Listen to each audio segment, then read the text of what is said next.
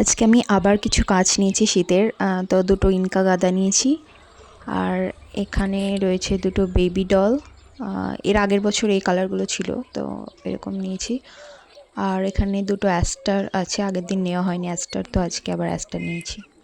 আর এখানে যে অ্যাডেনিয়ামের যে চারাগুলো দিয়েছিলাম এই টবটাতে, তো এই টবে আবার গাছ লাগাতে হবে। আমি গাঁদা গাছগুলো লাগাবো, তো তার জন্য এগুলো তুলে দিচ্ছি, অন্য জায়গায় লাগিয়ে দেবো এগুলো। তো অ্যাডেনিয়ামের বীজগুলো এরকম হয়, মানে তুলোর মতো কীরকম হয় বীজগুলো, এগুলো এখানে আমি জাস্ট পুঁতে দিয়েছিলাম। তো এবার টবটাকে পুরো মাটিগুলো আলগা করে মানে খুঁড়ে নিতে হয় যাতে মাটি আলগা হয়ে যায়, তো তারপর গাছগুলো লাগাবো। তো টবে মাটি কিন্তু আমি কিছুটা আলগা রাখবো, 1 ইঞ্চ মতো আলগা রাখতে হয়, কারণ তারপরে যদি কিছু আবার সার মাটি বা পরে মাটি দেওয়া যায় তার জন্য কিছুটা ফাঁকা করে মানে টবে কিছুটা ফাঁকা রাখতে হয়। এবার এই যে গোবর সার মাটিগুলো আমি এনেছিলাম, শুকোতে দিয়েছি, এগুলো অনেকটা ঝুরঝুরে হয়ে গেছে, এগুলো অনেকটা ভেজা ছিল।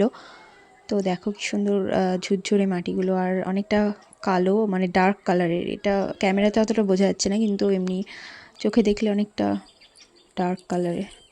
তো আমি কিন্তু কোনো অর্গ্যানিক সার বা অন্য কিছু ইউজ করি না, এই গোবর সারই ইউজ করি।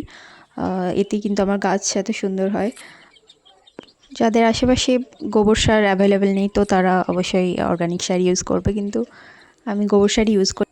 আর এছাড়া আমার বাড়িতে যেখানে মানে ফলের খোসা, সবজির খোসা এসব যেগুলো ফেলা হয়, সেখানকার মাটিও মানে ইউজ করি, সেখানকার মাটি আর গোবর সার একসাথে মিশিয়ে ব্যবহার করি মাটি।